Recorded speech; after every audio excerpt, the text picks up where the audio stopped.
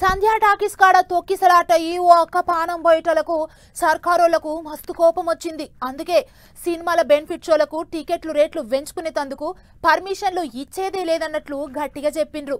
సంక్రాంతి సినిమాలకు ఏపీ సర్కారోళ్ళు టికెట్ రేట్లు పెంచిండ్రు గాని తెలంగాణ సర్కారోళ్ళ నుంచి సప్పుడే లేదు. అందుకే ఎట్లయితే అట్లా గాని మళ్ళోసారి అడుగుతా అంటుండు గీసారు.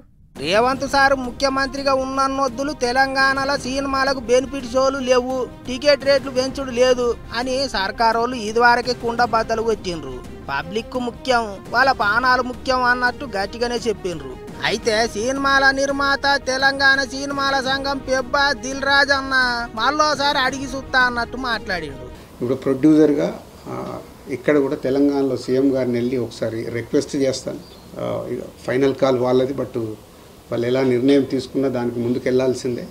బట్ ఒక నిర్మాతగా ఆ రాష్ట్రంలో వచ్చినప్పుడు ఇక్కడ కూడా వెళ్ళి అడగాల్సిన బాధ్యత ఉంది.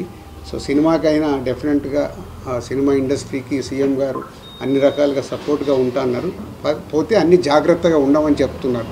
ఎలాంటి ఇన్సిడెంట్లు జరగకుండా జాగ్రత్తగా సీఎం గారు లాస్ట్ దాంట్లో చెప్పిన 3 పాయింట్స్, ఫార్మా కానీ ఐటీ కానీ సినిమా కానీ important for Hyderabad and Telangana state అని కాదన్నట్టు అడిగి చూస్తా ఏమంటాడో పెద్ద సారు అన్నట్టు మాట్లాడిండు. అంతేకాదు సినిమా టికెట్ల రేట్లు పెంచితే అందులో 118 రూపాయలు సర్కారు వాళ్ళకే పోతాయట.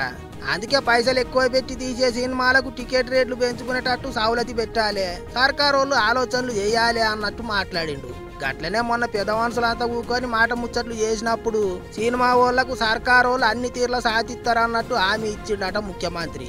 అందుకే గదే ఆశతోని మళ్ళోసారి టికెట్ రేట్లు పెంచుకునేందుకు పర్మిషన్లు కావాలని అడుగుతా అన్నట్టు మాట్లాడిండు దిల్ రాజు. మరి ఇప్పటికే సర్కారు వాళ్ళు నై నై అని అసెంబ్లీ సాక్షిగా కుండబద్దలు కొట్టిండ్రు.